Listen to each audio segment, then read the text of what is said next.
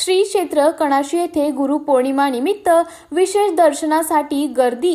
गुरुपौर्णिमा निमित्त श्री क्षेत्र कणाशी येथे धाड विशेष दर्शनासाठी भक्तांची मोठी गर्दी झाली होती। यावेळी पोलिसांनी चोख बंदोबस्त ठेवला होता, ज्यामुळे दर्शन शांततेत पार पडले।